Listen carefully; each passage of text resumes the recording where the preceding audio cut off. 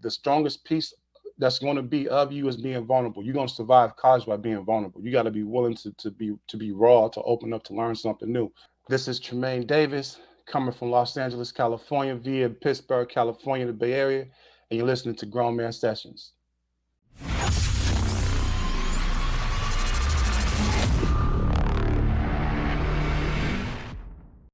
Yo, yo, yo, what's up, you guys? Timothy Ryan back here, doing another grown man session. I'm really blessed to have this thing just continue to grow and grow and grow. And I wouldn't have been able to do any of this without you guys. It's always been like this evolving thing that like the universe has just been connecting dots. So I'm very grateful. Life has been really good. I have no complaints. I'm healthy. My family is healthy. My kids are doing great. Just normal life stuff going on. But definitely on the right path, and definitely just happy to be here right now and be doing this new episode. Um, Throughout this entire process of grown man sessions, one of the main things that I've learned is that the whole purpose behind this thing has not been really clear. I've had some people tell me that like, oh, well, I thought it was only for men, or I've had people tell me like, oh, I thought it was for like a certain type of men. And so just to clarify, like this platform is designed for anybody to grow, anybody to listen to, anybody to be inspired by, anybody to be empowered by, and just try to take some lessons away, try to take some gems away. The reason why I'm focusing on the men in the title and just bringing on a majority of men is because I feel like we men tend to be a little bit more apprehensive when it comes to having these kinds of conversations with each other. So I'm really hoping that by showing that this is a possibility, that men from all different walks of life, from different parts of the world, can connect and unite under this one idea of just communicating, trying to like share our stories with each other, inspire each other, educate each other, and just try to help each other live their best lives. I'm hoping that it can spread out even further and further with your guys' help. So if you guys want to keep supporting, and if you guys believe in that mission, and if you guys believe in that idea, please make sure that you subscribe to this channel. Hit the subscribe button and the bell next to it so you're notified of when we release more content. Make sure that you follow us on Instagram at Grown Man Sessions. And if you want to become a member, you can go to patreon.com/Grown Man Sessions. I have a good handful of like maybe 10 people that have signed up to be members, and I'm so grateful. Every dollar makes such a big difference because this is a very small operation, but we're trying to do really big things. So eventually we'll get there. But in the meantime, I just want to make it known that this show is dedicated to Shiloh William Morales. And this is hopefully something that my kids, your kids, and their kids will be able to tap into generations from now. So that's the project, and that's what we're doing. On today's show, I get the opportunity to speak to an individual that I was introduced to through a friend of mine, a really good friend of mine, Trika Williams. She introduced me to this gentleman. He runs his own show on YouTube called the Manifesto Pod Show. Really dope content. I'll drop the link below so you guys can go check it out. And we're gonna get into some pretty cool stuff today. Talking to him before the show, I already know that the vibe is gonna be dope. So I hope you guys like it. And with that being said, let's get this thing going. Tremaine Davis, how are you doing, bro? Man, I'm doing well, man. Thank you, bro, for having me on your platform, King. Yeah, definitely, definitely, and thank you for making the time, man. Like I said in the intro, I was introduced to you through my very, very, very dear friend Trika Williams. That's like a sister to me, man. Like Yeah. we've seen each other at some of our best spots and at some of our lowest spots, man. So anytime like she brings somebody else into the fold, like I already know, it's gonna be a solid connection. Oh yeah, man. So We definitely got to give a shout out to Trika, man. She's someone that has been supporting, for so long. You know what I mean? And I definitely appreciate her and for giving us the live, man. To connect us, bro, because that was a big look for her. So shout out to her. Shout out to her podcast as well. yes, yes, know better, do better. Go check it Yeah. out. Yes, sir. Yeah, man. So, Tremaine, I know a little bit about you, just briefly, like, hearing about you from Trika. and kind of getting to know you through social media, man. But feel free to like give us a little bit more in depth details as to like your background, where you're from, where you were born, where you like where you grew up, and yeah, man, kind of like how you got to where you are now. Yeah, man. So I am originally from Pittsburgh, California. I'm from the Bay Area, from Northern The Bay California. Area. Yep. You know what I mean? And it was an incredible experience being from a place that is a small city, big town. You know, Pittsburgh is a place that's still growing and developing. I'm born and raised there. I'm one of the people that can honestly say that like I was born in Pittsburgh. Once upon a time when we had a hospital, we don't have a hospital anymore. But I was born in Los Angeles Hospital in Pittsburgh, California. Raised there. Grew up on the west side of town, which is now known. Used to be called West Pittsburgh, but now it's called Bay Point. But that's where I'm Okay. from. You know, and throughout that time in Pittsburgh. Graduated from Pittsburgh High. Was a student athlete there. Had an opportunity to earn a scholarship to go to San Diego State to play basketball. Oh Um, wow. but I'm an educator, man. I've been working in higher education for the past 15 years, and Nice. that has led me to new heights. You know, things that I never thought I'd be a part of. One of those things is being an honorary captain of the Super Bowl last year, not this year, but last year when it was in Tampa. So that was an experience that I never dreamed that I'd ever be a part of, man. But it was incredible. Oh man, how did that come about? Man, it came about with the work.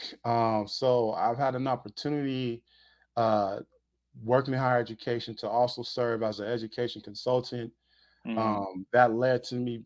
I have an opportunity to come on with the NFL's Player Coalition and do social justice work, working with the NFL. We started this work in 2020. This which was a hell of a time, you know what I mean? Especially in education, man. You know, schools were shut down, Right. and you know, and everyone went to Zoom or some kind of platform to where we're learning online. Hmm. And while we're doing that, we noticed that there was a massive gap between students of color with lack of technology resources. Mm. Working at UCLA, where I'm at now, there was an opportunity for us to put together a grant to make sure that students will receive opportunities to get resources, laptops, hotspots, Wi-Fi routers, and things of that nature. And so we applied for it and we got it, and that is something that allowed me to have the opportunity to get noticed on work that I was doing with students, because it wasn't just about getting them that those technology technology. It was also making sure that they understood it and their families understood it. You know what I mean? Like, just because you got a hotspot, like, don't mean you know how to use it. So Hmm. we had to do a lot of work, went into that, man, and someone thought it was worthy enough to be highlighted on a national level, and it was, and that's how all that came to be. And just like we talking about, having knowing people, having connections. Somebody I went to college with who was a team manager on the basketball team when I was a student athlete there at San Diego State. Uh, Helped put the NFL's Players Coalition together on the backside. And she's the person. Her name is Angela LaChica, who brought me on, who also nominated me to be an honorary captain for the Super Bowl, bro. So that was big. Oh, congratulations, man. Yeah, man, I appreciate it, man. It's one of those things I'll never forget. Yeah, I can't imagine, bro. I mean, being recognized on that level for doing that kind of work, man, it's gotta hit the heartstrings, It like for do, man. real. It really did, and like I said, we go into this, this field. I'm not thinking, I'll get recognized, like, especially on a national level. But that was something that was incredible. I had a conversation with another individual on this show. His name is Lance Woods. He's a comedian, but he would talk about in his episode how once you start living in your purpose, man, like the universe just kind of starts like, cultivating all these different things and like things start happening. And it's like you didn't even really plan for it. It just happens, it just Yep. starts unfolding. So it kind of sounds like that to me. And so that just tells me, man, that you kind of found like a little bit of a lane for yourself, like maybe not the lane that you may have thought in the past when you were younger, but it sounds like you found like a lane that really kind of like hits a different part of you. Absolutely, man. I always wanted to be an educator. I thought I was going to be a high school teacher. Um, Okay, okay. and you know that didn't quite work out. The year I graduated from college and was getting ready to go into a teacher credential program was the year that we had President Bush with the No Child Left Behind. Oh, child left So behind. if you can recall, like at that time, like teachers were like you had to teach to the test. There was like no freedom to like Mm. actually get students to learn, and I'm like, nah, I can't do this, right? This goes against everything that I stand for. So Mm.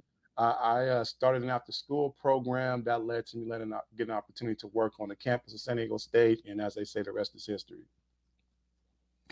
Yeah, man.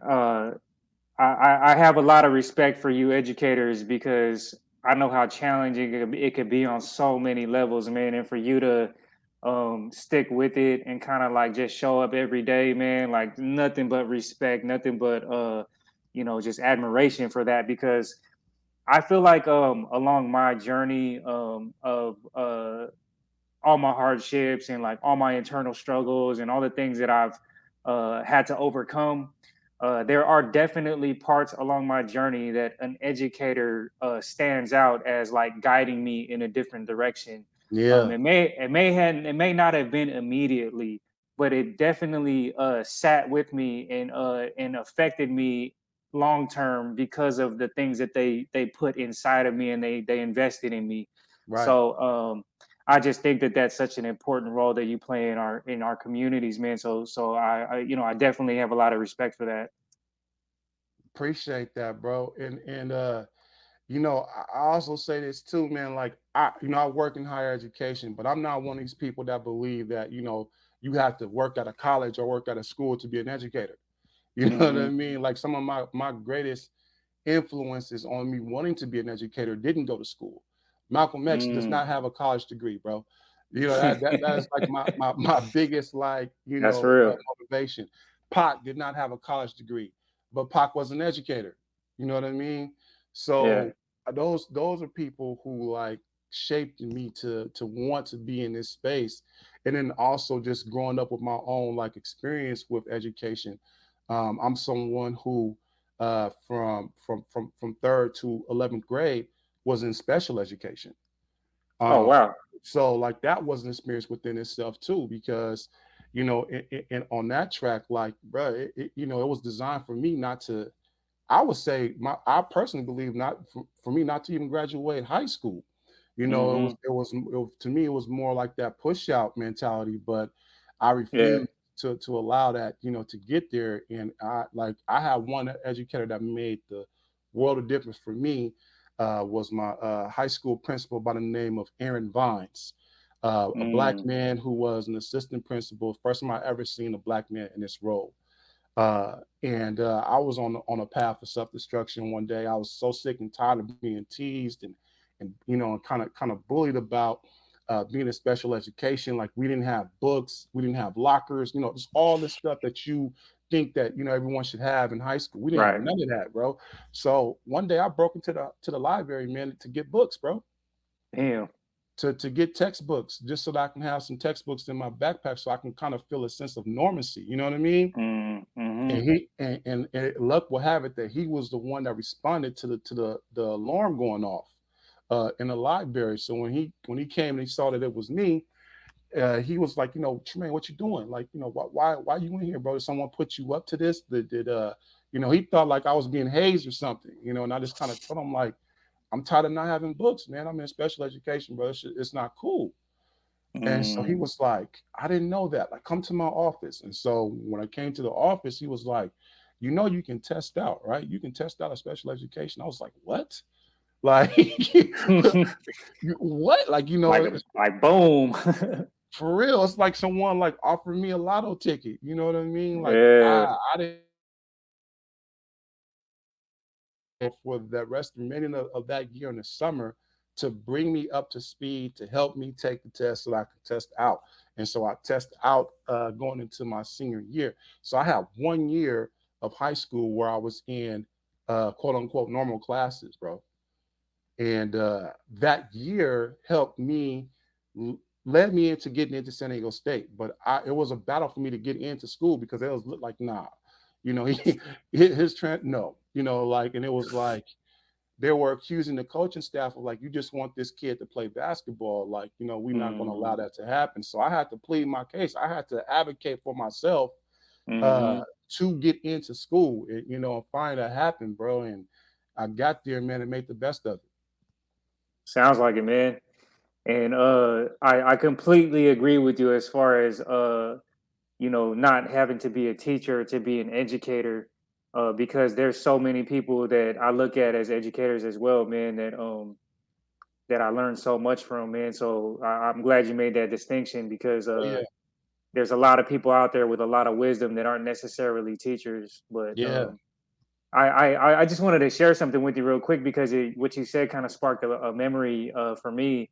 And when I was in high school, I was cutting up, bro. Like I was doing the most, man, and just not really invested in my myself in my education. I was honestly like I was dealing with some stuff at home that I didn't know how to deal with. yep, I was in pain. I was struggling, so like I was acting out, like yep. just doing all the things that I wasn't supposed to do.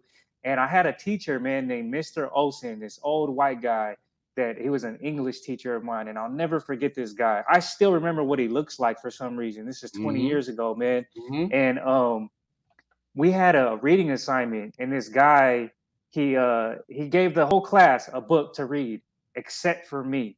And he came up to me and he gave me a different book, and I looked at the book and I read the cover, and it was called Always Running by Luis Rodriguez.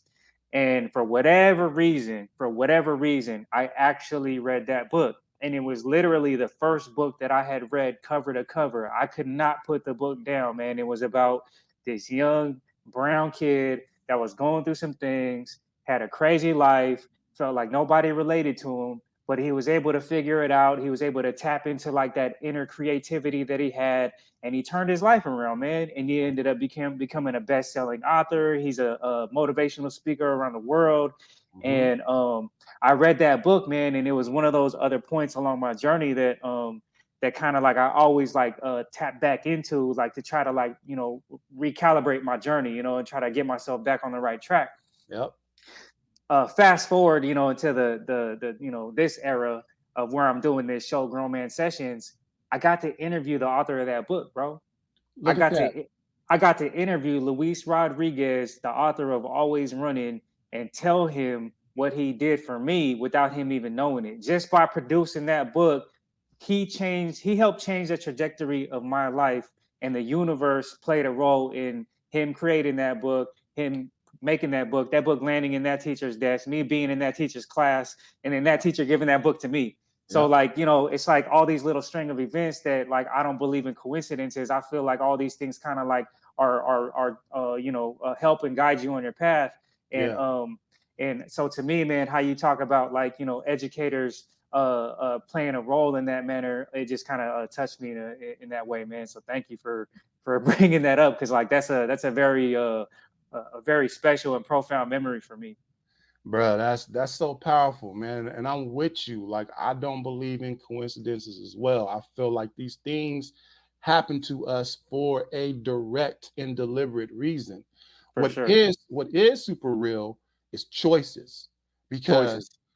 you could have took that book and then like, first off, you didn't give me a book like how you gave everybody else in the class a book. You know what I mean? Like, man, forget that. I ain't reading this, and took off, and that was that. But you made the choice to read that book. Yeah. And so because you made that choice to read that book, it planted a seed. And Hmm.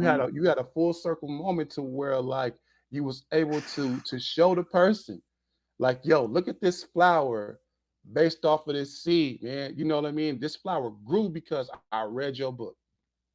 Yep. That's And so not dope. only that, That not is so only dope. that, man, but not only that, but like now the tree that he planted is trying to plant 20 more trees like off of that, that Because that's what motivation and trees, that because same energy. that's what trees do, bro. That's how we Yep. get forced. That's how we get forced. That's dope, man. Yeah. Oh man, I'm happy you shared that with me. I have a couple of moments like that in my life, man. And like you said, I'm thinking back to like being in high school and kind of going through things. I was definitely going through a lot in high school, man. I was Mm, someone who what was a foster youth. mm, I was a ward of the state. Is the second I was born. I was born to two heavily addicted parents. Both my mm, parents were addicted to heroin. My mom had me when she was 17. I was a preemie. It's hard for people to believe this because of what I am now. Like I'm 6'8", bro. Two, three, 333. Yeah, three. Now in my old age, I'm 330 plus. But like I'm a big dude. But I was born a preemie, man. My mom had me. She was 6 months, in her second trimester when I came to the world. mm, So because of all these yeah. reasons, man, I was given to the state of California. Um, Mm, Fortunate for me, for a couple of different reasons, I was adopted by my paternal grandmother. So my mm, father's mom became my guardian.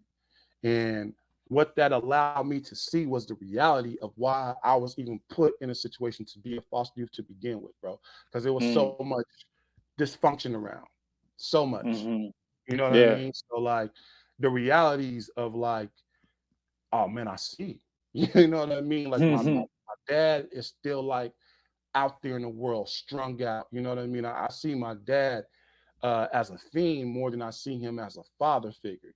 You know what I mean? Mm, And that was tough. mhm, That was difficult to deal with. My mother, thank God bless her. She eventually became sober and got herself clean. And then there were talks about her coming back in and me staying with my mom, and everything looked like it was going to work out. This was my freshman year of high school, and the day mhm. before I was supposed to move in with my mom, she passed away. Oh, wow. Had a brain aneurysm, passed away. Oh. So the feeling of like feeling like I wasn't supposed to have a mom crept in. Mm, So I carried that for a very long time. So then you fast forward to where I said I met Dr. Aaron Vines. At that time, I'm now a caregiver along with my grandmother for my father. The mm, the week after my mother's funeral, my father had a heat stroke, went to the hospital, found out that my father had full blown AIDS, had 13 T cells left. So this is the cells, to fight viruses in our body, right? right, right. When just to put it into perspective, right? When Magic Johnson found out that he had HIV, he had 126 T cells left in his body. My father had 13. Wow. You know what I mean? So, but the crazy part was like I had to sign off as being a caregiver with my grandmother for my father. Mm, And that was a mm, tough decision. That was the first time me and my grandmother got into an argument because I was like, this man ain't never been in my life for nothing. I got to mhm. take care of him. I'm not doing it. And she was like, you going to do it. You know what I mean? Like, boy, I don't care what you talk about, you going to do it.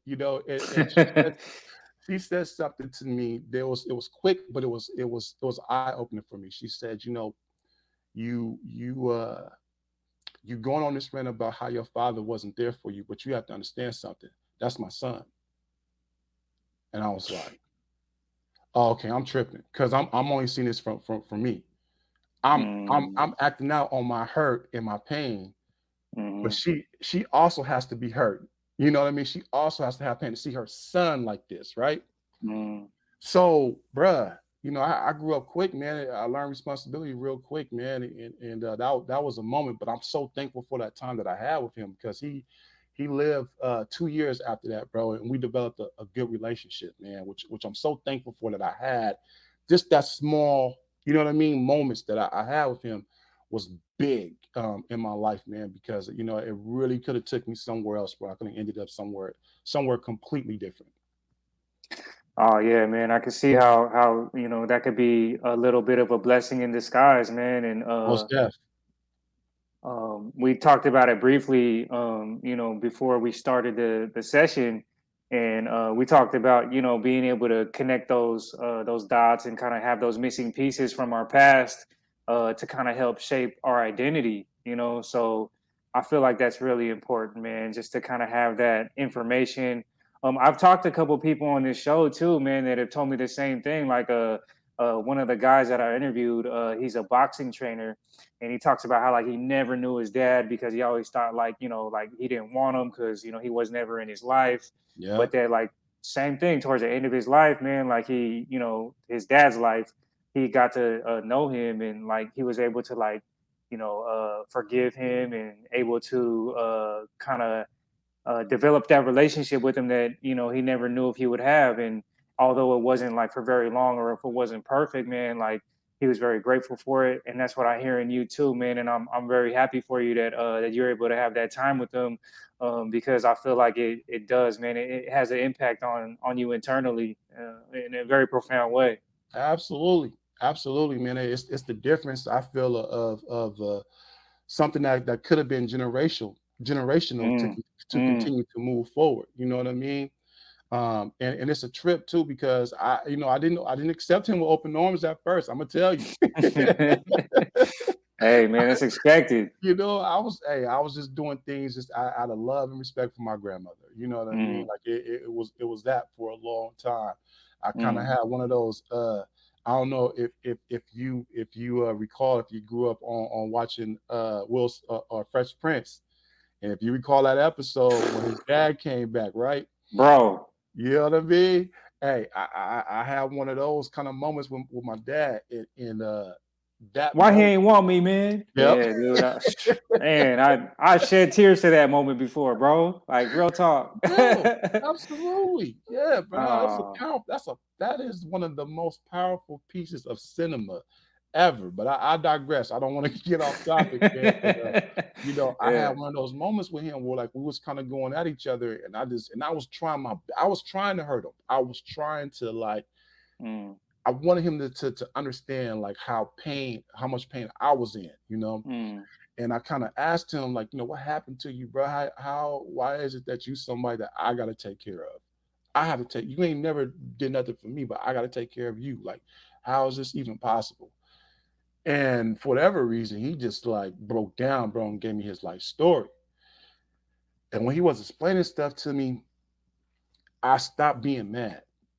mm, And I realized that, like, my dad has struggled with self acceptance his entire life. mm, He never felt that he was good enough, even though he was. You know what I mean? But he didn't mm, feel that way. He didn't feel it from within. And although he got a lot of praise for the stuff he did, he just felt like it didn't feed him. So he was always trying to find acceptance and love. And so he always wanted to be the person, to be the coolest to do whatever it was that he was doing. And mm, growing up, and he's a child of the mid to late 50s, growing up in the 60s and then coming of age in the 70s, where like social drugs was popping. There's a hippie movement going on in the Bay. There was a lot of stuff mm, popping off. So like one thing led to another, and when he tried heroin, it took him away. You know, mm, and man, that lesson taught me something. Just listen to him. I was 15 at the time, but listening to him, like it said to me that I would never allow anyone or anybody to tell me something that I was never going to be peer pressured into doing nothing. You know what I mean? Like my mm, quest for self love, it starts today. You know what I mean? Like I'm gonna mm. love myself enough to not go down these deep dark holes, man. And so that's why I started on that day doing just that. And it's a trip how life can take you. No, I was gonna say, man, that hits home a lot for me, man, because um I've had like this conversation with myself a few times, and I've come to the conclusion that if I had known my dad, or if I knew my dad, or if I had a dad in my life like that, Yeah. whether if he was the shittiest person in the world, and just didn't do anything for me, but I got to have like that piece of me in some sense, I think I would have made a lot of different decisions in my life. And it's Hmm. because of what you just said, man, like that not having that struggling with that self love, Yep. because it's I did go down those dark paths. I did go down all those places that you never want your kids to go down, Yep. searching for some sort of like understanding, searching for some sort of like healing in all the wrong places. And I'm 40 years old, bro, and I'm barely coming to the idea of what that means to myself now, man. And thank God that for whatever reason, man, like I'm here and I'm doing the work and I'm trying to figure that part out for my son, Yeah. because I want my son to know what that looks like, and Yep. I never want him to feel any of those things, man. Yep. And I commend you for taking that route, because like you said, man, choices, like you made a choice at that moment, or in that time of your life, where you could have made a completely different choice and you could have been kicking it with me, and we could have been doing all that harmful self-destructive stuff together, man, because I definitely knew a lot of people like me that made the same choice I did. Yeah. And one of my biggest hopes, man, is that somebody stumbles across this episode and hears me and you talking about this and says, damn, like, okay, like I relate, I understand, and I can either go this route or that route, and I need to make a choice, and hopefully they make a better choice than I did, and they make the choice that you did. Bruh, I'm telling you, man. And the other thing too that I think is so powerful is that it's never too late. It's Never never too too late. late. It's never too Mm, late, man. You can, whether it happens when you're 15 or it happens when you're 25, whatever the case may be, it's mm-hmm, never too late. And I think that's something that we need to hear. You know what I mean? Because as mm, you said, start on that path where you are now in life is you are exactly where you need to be. You know what I mm-hmm, mean? Because the moment that something opens up inside of you that says, let's try this way, then you on to it. You know what I mean? So it's no point to like, I wish I would have did it. Nah, you caught it when you needed to catch it. You know what I mm-hmm, mean? And I think that's something that's so important for a lot of us to understand, man. And I'm telling you, bro, I was around that element, man. Like, to mm, see, like I've seen my father shoot up. I know what that smell is, like the aroma of like heroin, like when that hits a spoon. You know what I mm, mean? I know what that smell like, bro. And it's mm, it's, it's not a great smell at all. You know what I mean? It gets in you. It seeks through you. So like mm, that's something that's real. And I have partners growing up that was like moving, like slanging it, and then started selling crack. I had one partner who was 15, but it had a 96 SS Impala. That's how he was moving. You know what I mean? mm, Like when we was mm, coming up, like it was a big deal. That is the equivalent to someone driving a Phantom right now. Compared to where, mm, where we was at. And there was a time too where like I remember I was on my way to the corner store, and police pulled up on me. And they kind of flashed their lights real quick, so I turned around, and it was like, where you headed? And I was like, I'm going to the corner store. They was asking me a bunch of questions about, like, do I live over here, what I'm doing over here? And I was like, yes, I do. I stay right down here. And then one officer recognized me, and he was like, you're Tremaine Davis. And I was like, yes, I am. He was like, hey, man, you had a great game the other night. I thought, you and so it kind of like calmed down the situation. But little did I know that my partners was like seeing this from up the street. They was looking at, this interaction. So the police then moved on, and I continued to go up to the corner store. And when I got back, they confronted me. Like, bro, you can't come around here no more. I'm like, what you mean I can't come around here no more? Like, you out here talking to the police. Like, what did you say to him? I was like, I didn't say nothing to him. He was like, nah, bro, y'all was having a long conversation. Like, what happened? I was like, one of them recognized me and told me I had a good game. So we started talking about basketball. You know what I mean? So right. like, but this was real. Like, how dare you tell me I can't come around here no more? You know what I mean? Like, this was turned into like a Mm, real situation. So it almost got to a point where I went to blows with my partners. And right when we was about to fight, the alarm on my watch went off. So the alarm on my watch goes off, and I'm like, all right, bro, come with me. So we get to like we about to square up and fight till like this alarm goes off, and I tell him to come home with me. And at mm, first he was like, I ain't going nowhere. So I was like, bro, just come home with me. Come home real quick. Come see what I got to do right now. So he comes home with me. I open the door, and as soon as I open the door in my house, bro, the smell was like it smelled like a million dirty diapers in the house, bro. I get to the house, I go into the room. My father is in there. He was so sick. This was early on, so he's still like trying to push out all the drugs in his system, right? So he's trying to push out all the street drugs in his system, but at the same time, he's taking medication for AIDS. So you can mm, imagine what was going on in his body, bro. He was so weak that he couldn't get up to use the bathroom. So he ended up using the bathroom in the bed, right? mm, I gotta pick up this grown man, take him to the bathroom, clean him up, come back into the bedroom, clean up the mess that he made, put all that stuff in the washing machine, then get his medication ready and get his food ready, right?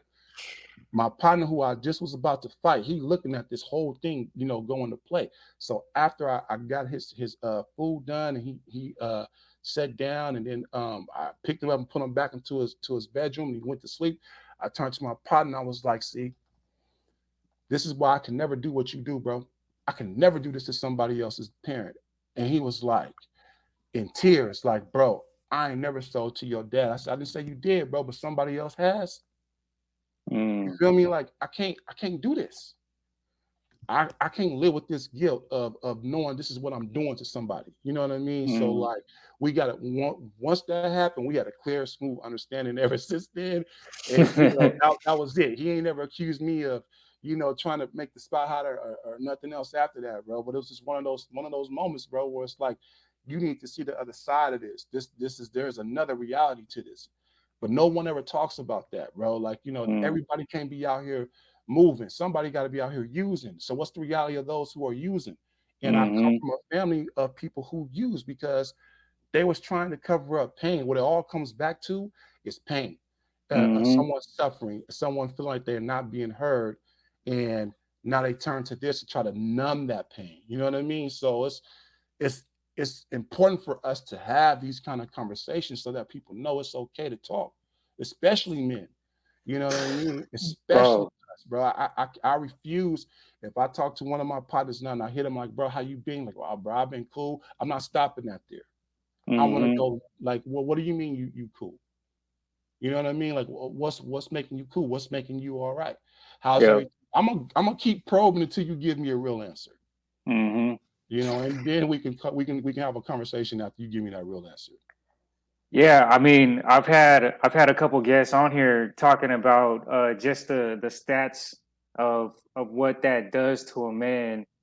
Uh, I mean, it does it to humans in general, but specifically with men, when we try to fit ourselves into this tough box of not talking about how we feel and like trying to present ourselves a certain way, burying a lot of things inside, it turns into like us being like the majority of people that commit suicide.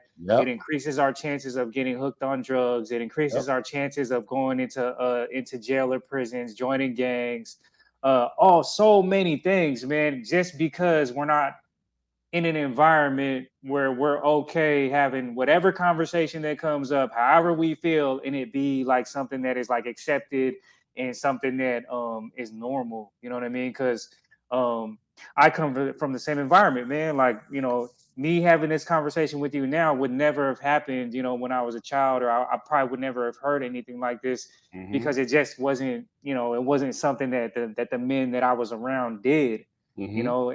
and so, like, I completely agree, man. I'm so glad that you said that because, like, grown man sessions to me is that, like, Yeah. it at the heart of it, man, is like saying, like, okay, I heard Tim talk to Tremaine Davis about so many different things, and it's okay. Like, they're just talking like just normal people, man. Because at the end of the day, bro, like when I'm tucking my son in at night and he tells me like, Dad, like, I feel bad about this or that, or like, he's telling me about how he feels about something.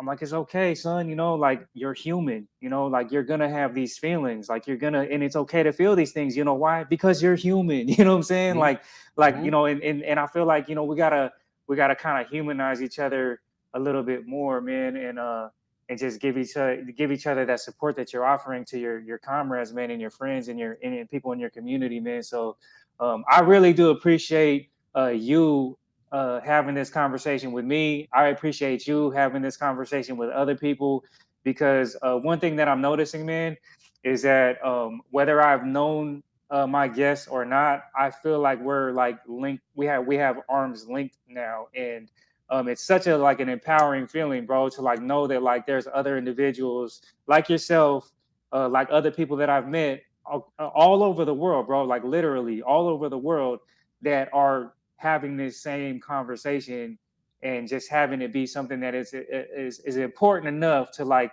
to get on this show with me, somebody that you don't even know, but still be able to like to bring that into the forefront, man. So I'm very very grateful, Tremaine. Yes, sir. And that's how I try to Yeah. live my life, man. I want to make sure that regardless of what people are going through, you have to recognize that it's still light. And Mm. you know, you may not see the full picture, you know, as you're going through it, but if you just see it through, you know what I mean? Like that's one of my favorite songs. And we both from Northern California. Like one of my favorite songs by the Jacket is "See It Through." See it through, See it through, bro. Like yeah. you know what I mean? Like even though it gets hard, man, see it through. Just like keep going, Mm. bro. Because eventually you'll get through it. It won't be as dark as it once was. And in those moments of when it is dark, let's try our best to stay still so that we can make the right choice. Because every time that we react to that, bro, it always sends us further down than it would Mm. have if we just would have just had a moment to kind of stay still, wait it out, and then see what else is going to happen. Yeah, and I think just from hearing your story and you know me knowing where I come from, man, I feel like we're both living proof of that. You know that things will turn out for the better as long as you recalibrate. You kind of like recenter yourself and tap back into that positive spirit that we all have, man. Like we all have it. Tremaine went through some difficulties in his childhood. I went through some difficulties in my childhood, and I think that at some point in your journey, when you're going through that hurt and that darkness and that pain, you could end up thinking that you're like a bad person, you know, and you could end up being thinking that you are destined for like something negative.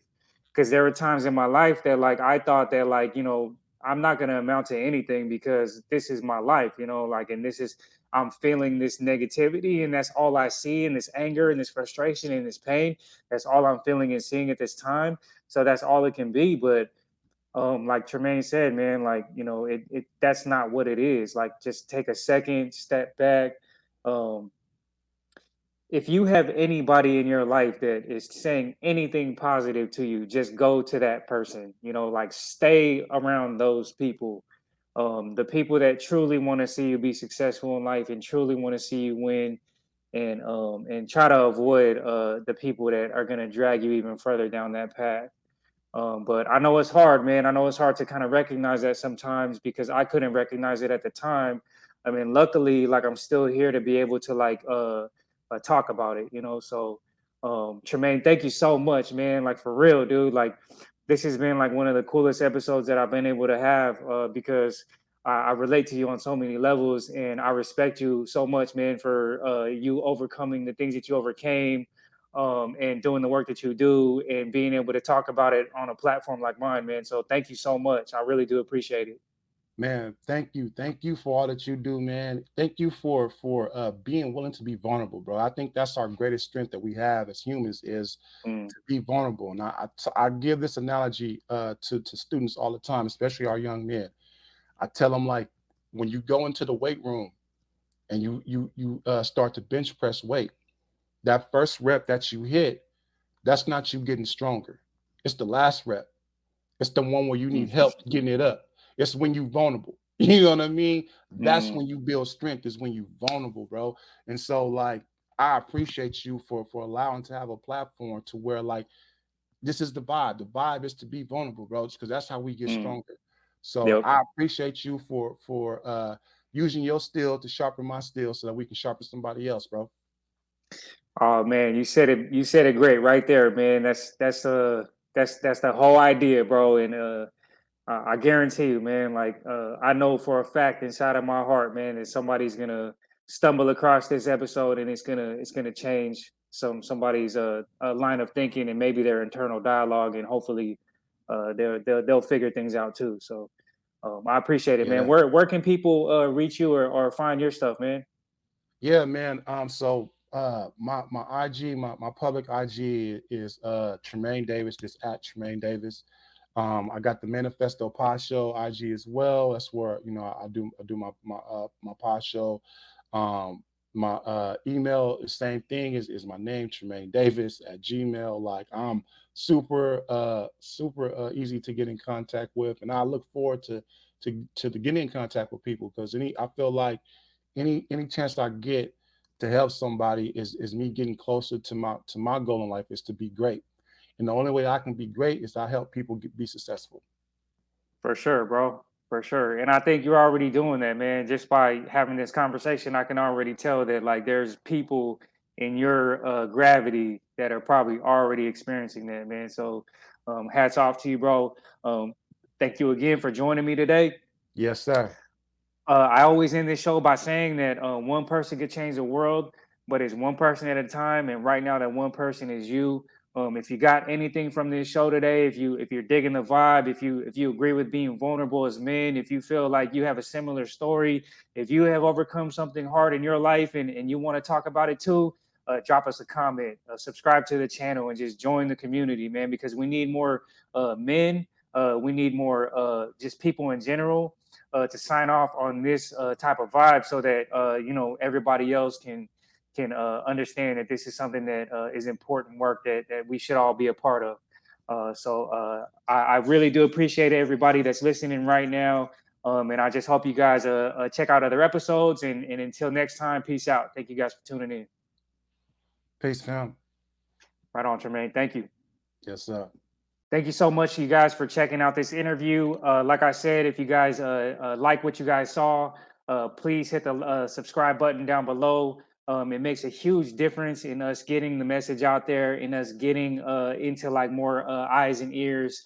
The main goal of this show, like I said before, is to just help people grow, help people understand that it's okay to go through things, especially you guys out there, man, like you older men, middle aged men, younger men. I don't care how old you are. Just understand that it's okay to go through things. It's okay to talk about it because that's the only way. It's the only way we're gonna live a higher quality of life within ourselves, man. And that's the most valuable, thing that we can have is our peace, our inner peace of mind, our inner peace in our spirit. Of course, getting money and doing exciting things and having a fun life is always a good thing, but to be able to go home and get a good night's rest, look yourself in the mirror in a proud way, and be able to just be proud of who you are, man, and be have your kids be proud of you and have your family be proud of you.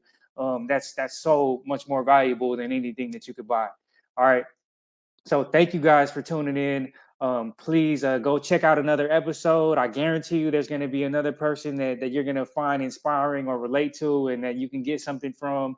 That's what I'm doing is I'm finding like very cool, inspiring stories from people that I may know, may not know, may be introduced to, but I'm bringing them on the show so that you guys can hear their stories and you guys can learn from them. And then we can all just keep growing together. I want to see you guys be successful, happy, and I just want to see you guys win. And if I can do that, if I can help facilitate that, I will, and I'm going to.